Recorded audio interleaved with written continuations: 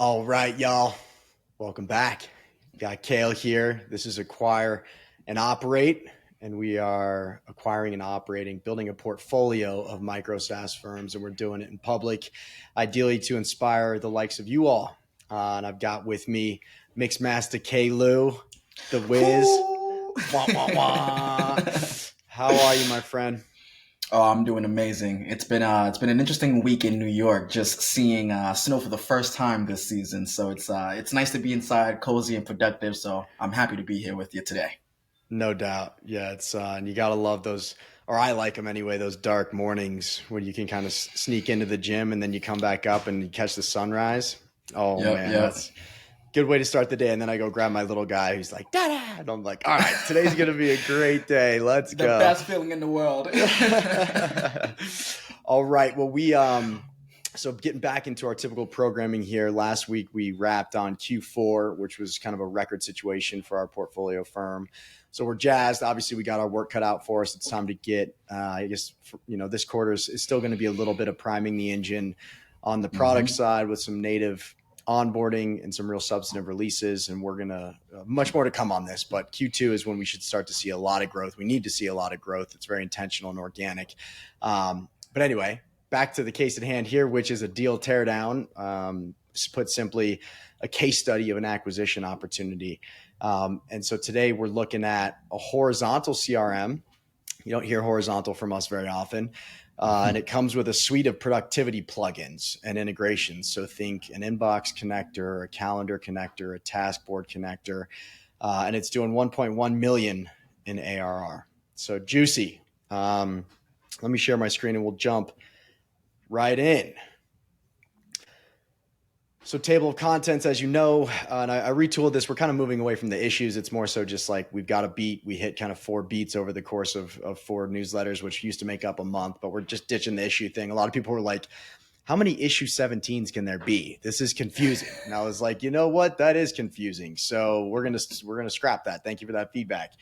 Table of contents. So we're going to take a look at the firm profile. We're going to zoom back and look at the industry, which is probably going to hit most of us between the eyes. The industry outlook is CRM. But just when I looked at some numbers and put those numbers in context relative to the broader economy and some older, or I guess what would also be considered like the most mature software categories, it's like, damn, CRM is fixing a rip. So, and it's, business is a function of customers, so it makes a lot of sense. But anyway, industry outlook, then into like a little bit of a riff on a SWOT analysis. So we'll look at strengths, we'll look at risk factors, which I should put an exclamation point after that for this deal teardown. Quick wins and opportunities. We'll put the deal in the context of market comps, aka comparables, and then we'll conclude with some thoughts. Yeehaw. Yeehaw, baby. All right, let's roll. So deal teardown. So, I mean, some headlines here. They have their own standalone CRM first and foremost, which CRM is kind of commoditized at this case. It's like, hey, I have a list of all my clients. I can see when I interacted with them. I can see the products they buy. I've got a list of leads and where they are in a pipeline. I've got some kind of Kanban or some kind of funnel representation of a pipeline, et cetera. And this has really become kind of table stakes foundational tech. But the thing that was interesting is they incorporated Chat GPT early. So it was like, hey, I was going to say, to even build your own standalone CRM as a business, that's hats off to you, because most people think about a CRM and they're like, let's keep it in a spreadsheet. But then to do that and tie it into Chat GPT, they really know what they're doing here. They're passionate about this industry. And they were founded in 97, so they've had their mouth guard in, so to speak, for a while. They were duking it out with Benioff in the prime Salesforce days. But needless to say, CRMs, the HubSpots, or when it was like a race to the cloud, this was, when SaaS from was on-prem, really, totally nascent thing. So, top line numbers, he or she wants 6 milli, and that's a 1.1 big number. Are doing 1.1 million in trailing 12-month revenue. That generates a multiple of 5.45x, which is. And we'll get into it, but that's a juicy multiple. And it's throwing up a profit of 294K. So it's like, right at like a 30-40% net income, EBITDA for the financiers. And then trailing 12-month growth, 41%. And if you look at mature categories, with a competitive landscape like we'll lean into, 41% is like, well, Yeah. how did you do that? More And questions. then more questions. And we riff towards Bessemer Venture Partners just did a thing on rule of X, which I'm definitely going to talk a lot about. But it basically, like the conventional rule of 40 was your growth rate plus your profit margin. If it's above 40, you can command a pretty solid multiple or a premium valuation in the market. So, excuse me, oh my goodness. Put simply, right? It's like, hey, we're doing 20% growth and we're 20% profit margin. Cool. Rule of 40, happy days. We're doing 10% growth and 30%. You get the gist, right? You want to add up to 40. And that was a little bit of a misnomer. And obviously the metrics for venture-backed firms are way different, where growth is the priority. And this stuff's starting to normalize and we're getting back towards, kind of quote unquote healthy growth versus growth at all costs. But there's still a premium on growth. And so the rule of X argues that it's probably 2 times growth plus profit.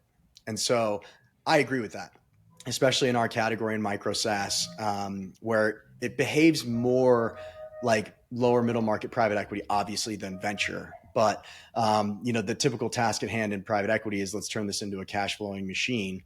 So anyway, we're going to be adopting the rule of X moving forward. This is a 1.09, and obviously all of this is relative. So you'll start to see what rule of X means relative on a deal by deal basis as we start to include this in more of our deal teardowns. Tech stack, OG, PHP, Bootstrap, and Amazon RDS. Team size is between 2 and 20. And as we noted, founded in 97. It hit pretty hard on the scorecard. So anything north of a 2.6, and our scorecard is evolving, but 2.94. And obviously the risks are less punitive than the good things are rewarding. So our scorecards end up being like, in this context, you're like, we probably want to punish the negative stuff a little bit more. And I could have probably been a little harder on platform risk. We could have been harder on the product tech stack as well, because we are all familiar to hand-rolled PHP platforms now, and the amount of lift it takes to just batten down the hatches. So yeah, I agree with you. Yeah, well, I think hand-rolled's a big assumption. Like it could be on Laravel. Like I imagine it's some kind of framework PHP, so it's not necessarily digging out of the same. If not hand-roll, maybe Laravel. Yeah, you're right. Yeah, something like that. Not that I guess there's a hole. It probably just isn't as deep or as dark, and there are fewer demons waiting to get your ass. Yeah. All right, so now we're going to get into an industry outlook. And for the listeners, I apologize because I'm going to hit you with a few numbers here. But generally speaking, the CRM market was valued in 22 at $58 billion, and it's expected to grow to $145 billion by 29. So that's a 12.5% compounding annual growth rate. Well, is that good? Well, if you look at the general economy, it usually grows at 2.5%. So it's like a healthy 5x growth from what you would expect as like a function of just being in the American economy. And then I didn't include much detail here, but I looked at growth rates across like the other OG pillars, namely enterprise resource planning, ERP. So think I'm having a airbrain moment. NetSuite, I guess on the accounting side, SAP. Jesus, SAP is an Oracle. They define that category. You've got supply chain management, kind of similar players, and then human capital management, which is like Workday, ADP. None of those categories are in double-digit CAGRs. So CRM is shredding. And I think it's a function, and as we'll go into it, but, business is about customers. So it makes sense that there's a kind of a fixation in the economy where it's like, hey, if we're an SMB, we're kind of behind. We're mostly analog. We're concerned that our processes are dated. The first thing we're going to adopt is a CRM so that at least we can get our customers in order. And we probably have something in place on the accounting side. We're working with an accounting firm, whatever. And our employee stuff is in a file cabinet, right? Like that's probably the most common situation. So there's like broad scale adoption of CRM generally, or we can consider that CRMs are going to more broadly penetrate the economy at large. But then you introduce AI, where instead of it like, oh God, all of our customers are on a list, it's like, who are our most profitable customers? Which customers have we not reached out to in a while? Which customers aren't demonstrating the kind of product usage that we want to see that makes us feel like they're going to stay? So there's all this kind of pattern recognition, taking a lot of information, summarizing it. And then there's so many sales related workflows. We're sending emails. It'd be great to just customize the first sentence of the email based on the last conversation we had in my inbox.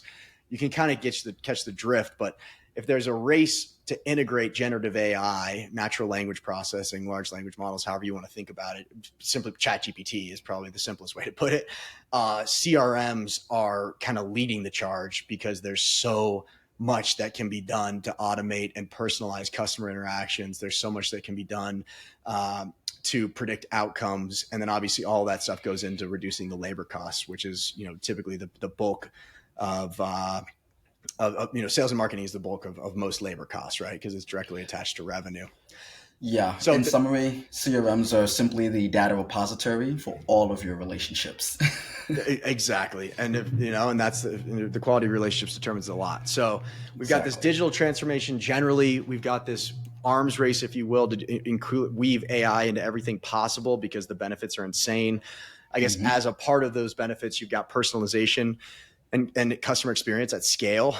And then of course you've got data analytics and automation. So instead of like, oh God, I have a board meeting, I need to put together a pipeline review. It's like, hey, Salesforce bot, put together look at my pipeline report and put together some quick bullets of analysis. Wow. Your sales executive just got 4 hours back in their day to actually close business. So anyway, It's a weird time in the world. It's a weird time in the world. It makes you think like from the previous days of working with a CRM, you're just sitting there and for hours, you're manually entering information. Like how often as a sales leader did you have to remind your sales team, hey, once a week, go in and update your pipeline, make sure that for the one-on-one you're ready. Now with the inclusion of AI, like Salesforce has Einstein, you can just ask some of those same questions you would normally have in a one-on-one meeting with your manager. Take quick notes, get some of those insights, make quick updates to your pipeline, and now AI can make those updates for you. It's a great time to be alive if you're in sales and marketing. Or it can read your inbox and be like, yeah, you talked to this customer. I analyzed the sentiment. We compared to other inbox communication. We think this has an 80% close rate. It's like, oh boy. So you can start to... Or it captures a trigger event. Hey, we saw it up at this company. They just got some funding. You need to reach out. Dude. Totally. So and obviously this, if you abstract, the world of if software ate the world, generative AI is about to eat software. So just consider that the UI is increasingly moving towards a chatbot where you just talk with a thing that has access to unique data and can spit out whatever you need and away you go. So obviously there's some cool cheat codes that apply to us and Micro SaaS where it's like, hey, product, the first probably most useful product enhancement is to slap a GPT of some kind on this user's respective instance of the technology. And now they're just chatting with something to get the answers they need, or they don't have to worry so much about data entry because it's just pulling it out of whatever the dialogue was, the inbox, et cetera. So anyway, trippy time to be alive. Honestly, it's like, hey, the internet just happened. We think it's going to be important. All right. So into strengths, and these ones are a little obvious, but I think that's okay. But I hate to state the obvious here, but it's like, all right, it's growing like, and anything north of 25, 30% year over year growth is very elite. That's how especially 20 years in. Yeah, exactly. At this stage of maturity for the business. So figure if you grow a business 20% a year in about 3 years, you've doubled the business. So thinking about it that way always helps me. 20% growth is nothing and that boils down to 1 or 2% growth a month. And people are like, oh, that's not much growth. And it's like, well, that's how you turn $1 million thing into a $2 million thing in 2-3 years. That's nothing to bat your eyes at. So they're ripping. They've stayed relevant for 20 years in what we just discussed as is a absolutely ruthless, deeply, deeply competitive market. And they've got kind of a suite of products, which is interesting, right? They've got this standalone CRM that's managed to survive. They've got these suites of plugins and connectors, which as we'll get into is weird because that's kind of a commodity feature for most of the players, but they're still selling it. So it's differentiated in some way. And then, they managed to integrate Chat GPT into their stuff, lickety split. So all those things are like, damn. And then on the other side of the coin, it's like, who sells something that's doing the damn, Yeah, I think as we can guess the number of ways that they might have differentiated themselves. Like, for example, we know how expensive the top players like HubSpot and Salesforce could be. Taking a quick look at this potential portco, their prices are almost $0.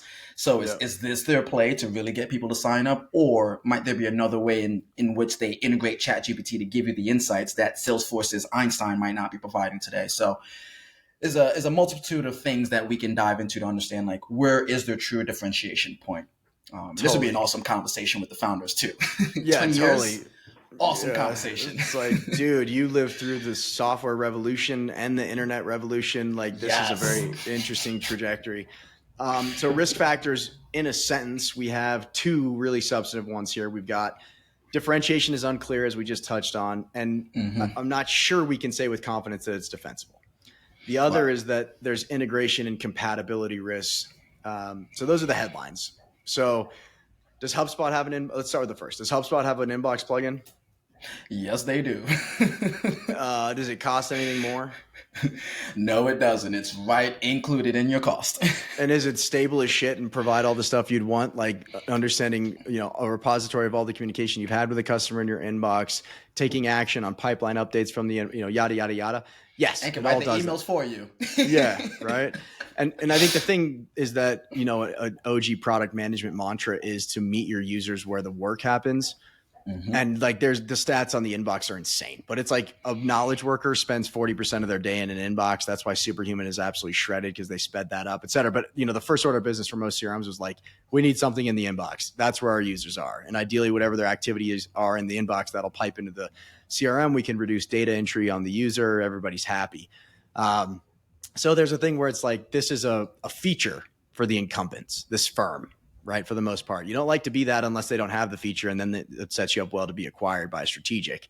The other piece is Salesforce is betting so the same way that they bet their future on Slack at one stage, they're like, we are going all in on generative AI. Salesforce, Einstein, I hate Einstein. It's so annoying, but, and I'm sure better.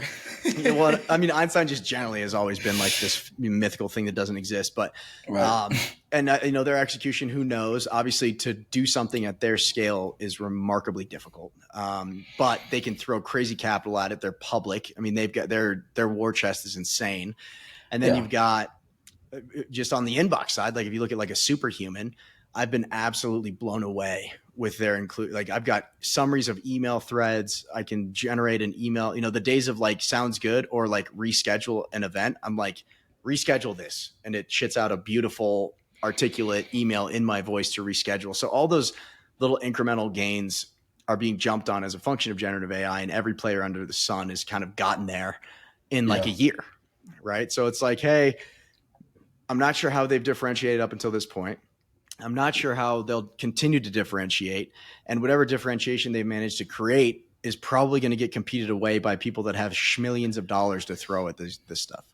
Yeah, and then a majority of their time is going to be spent on product R&D, just fixing all of the integration issues, compatibility issues, and as the algorithms continue to evolve every 3 months, we're going to spend a lot of our time trying to sell a product at a low cost in a high competitive tech landscape while running and putting a lot of our money into R&D. It's a tough sell.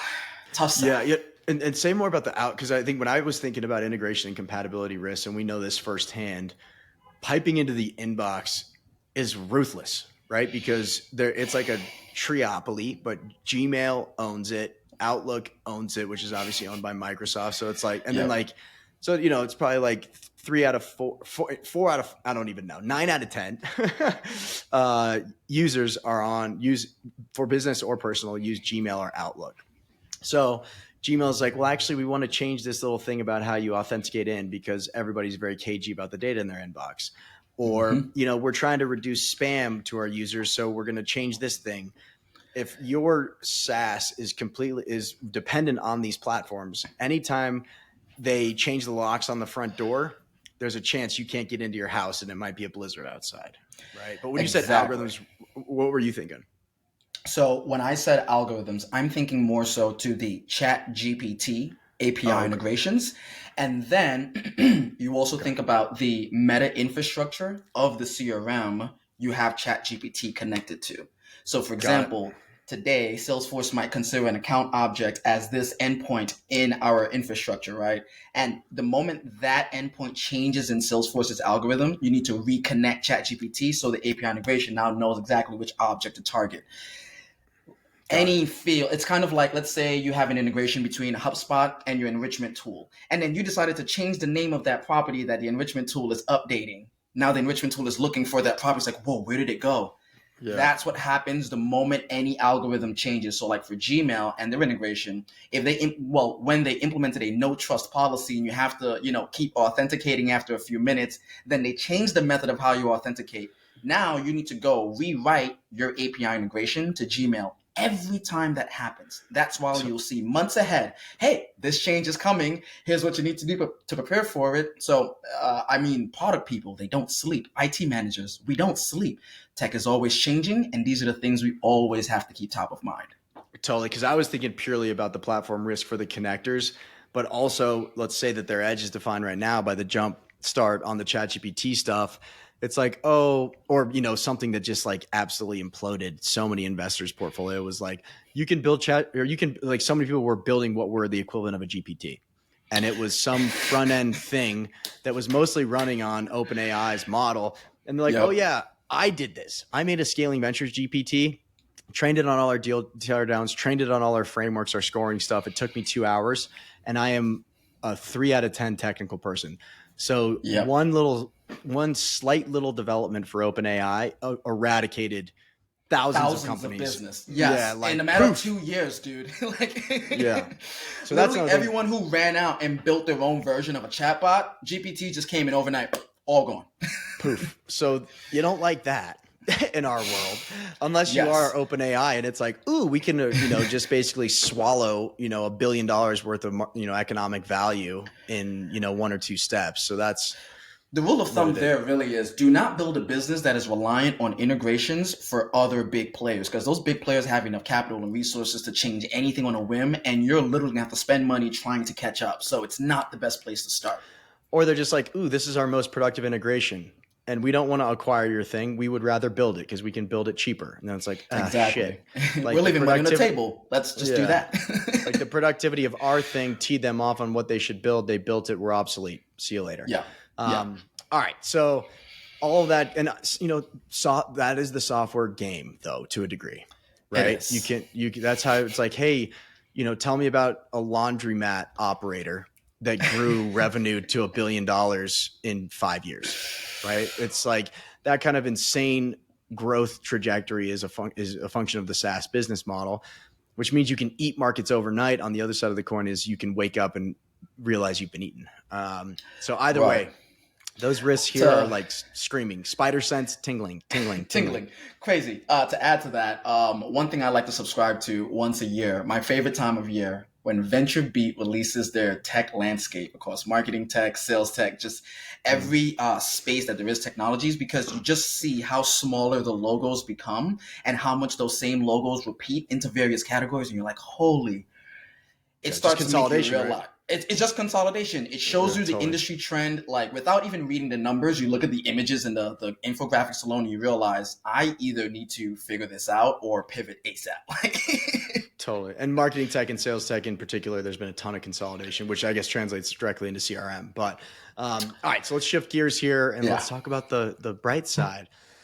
So we've got quick wins and opportunities. So Technographics. So let's just define some terms. So firmographic is like the quantitative definables about a business: number of employees, geographic location, anything that is a fact about a business. And you can say, and then typically you use those data points to inform an ICP.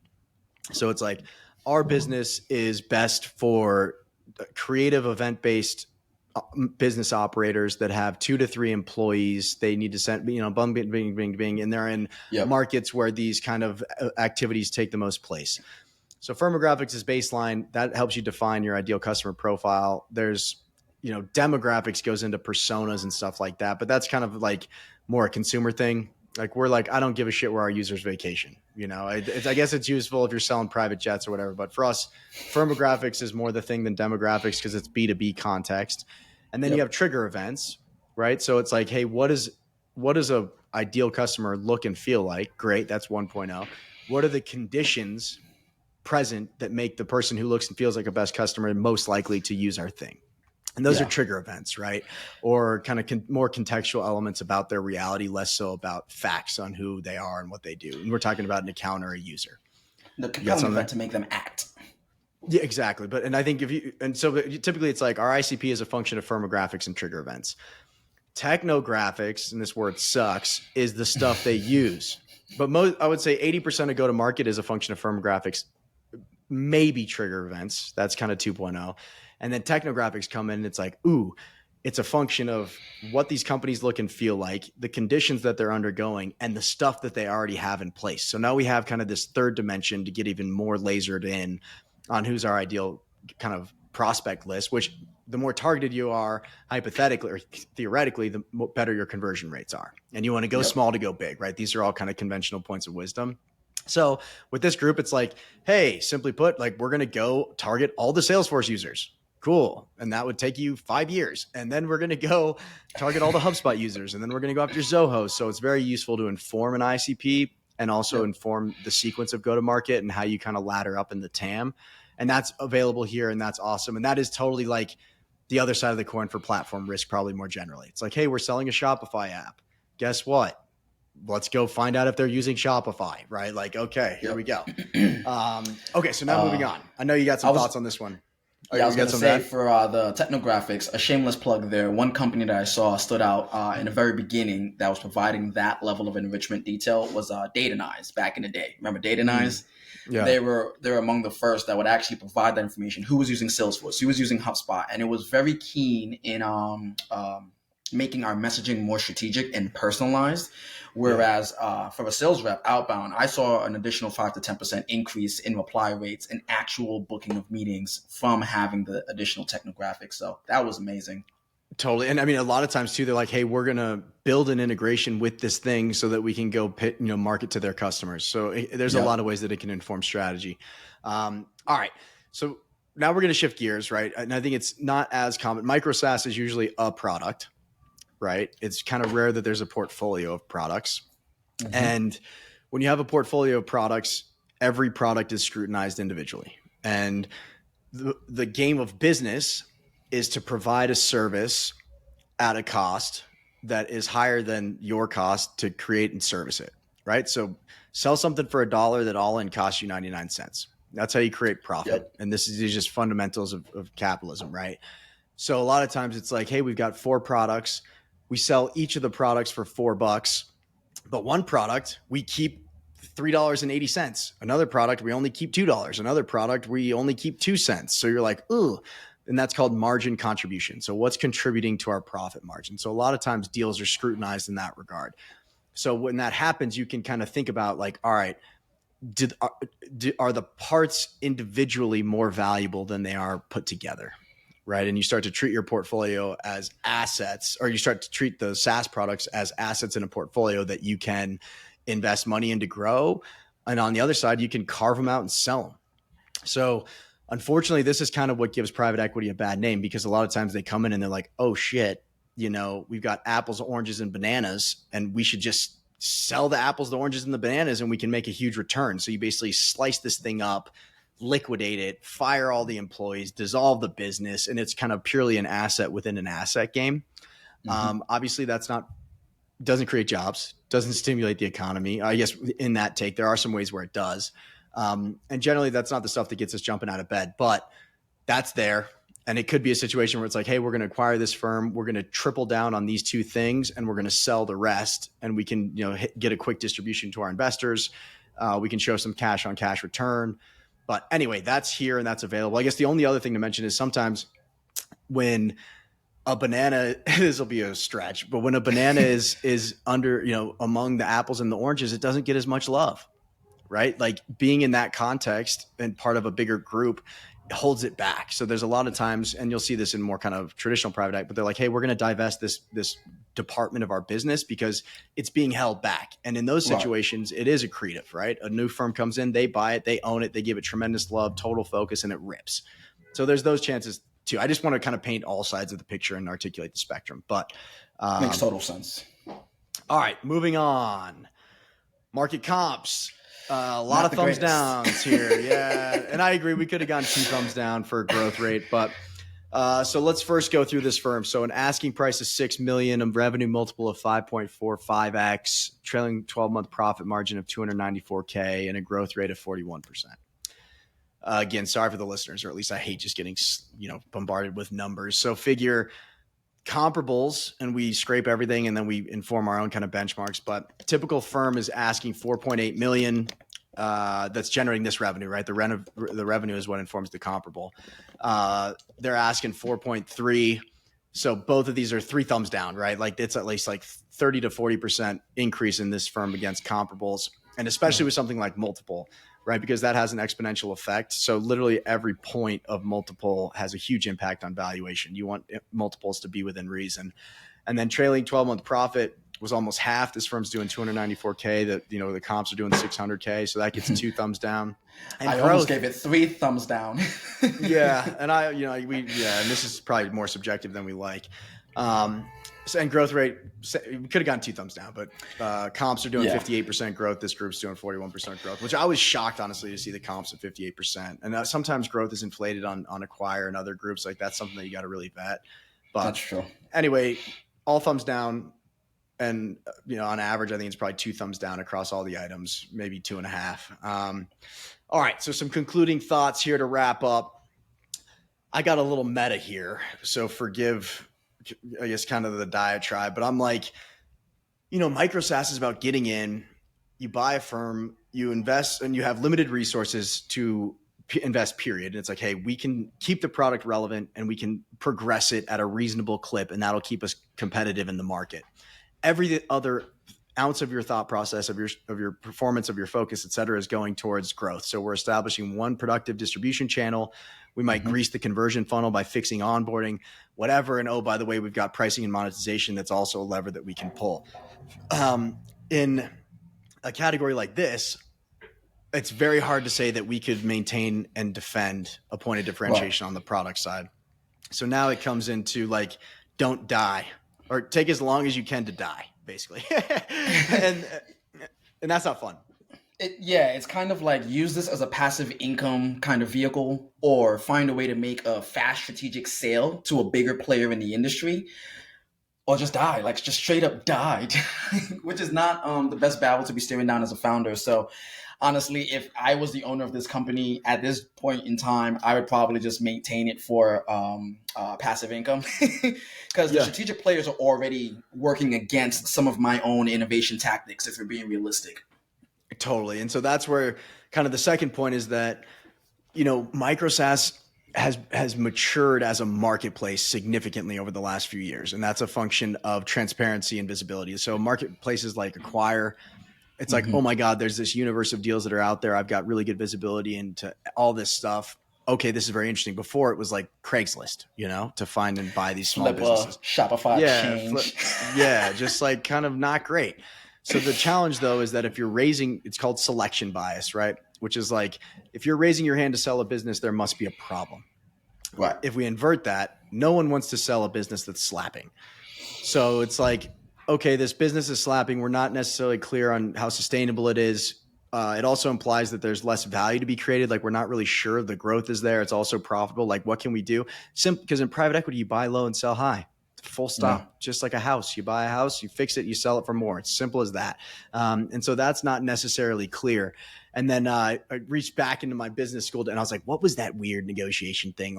And so the BATNA is your best alternative option, basically. And for this owner, he's like, listen, maybe we had a nice pop when we got the jump on the Chat GPT thing. Everything else is in structural decline and our competitors are kicking down our door, literally. So I'm either going to sell and have a nice liquidity event, or I'm going to capture net income for as long as I can and basically keep the building from falling down. And it's tough to compete with that. Especially at this. So it's like, hey, dude, like we can't pay you this much for this thing, and it probably doesn't make sense for you to sell it. And so all those things come together where it's like, and also this isn't like a niche vertical B2B thing. You're trying to play in a horizontal category. Most of your products are features for the incumbents. All this stuff kind of comes together where it's like, nah, not our jam. Not our bullseye. Not our jam. And even if we did, unbundle everything. Yeah, exactly. Or it's like, let's maybe do something that we don't do, which is, chop up the pieces and sell them and sail off into the sunset. But growth is our religion. It's for the love of the game, and that ain't the game. That's no game at all. That's just, again, like we say, it doesn't inspire any bit of humanity. Yeah, like that's just the meat cleaver. All right. We're right at about 35 minutes, so let's go ahead and wrap here. K-Lou, always a pleasure to chop it up with you, my man. Thank you so much. I will see you next time for the love of the game, For the love of the game. All right. All right, brother. I'll catch you next week. Cheers. Peace.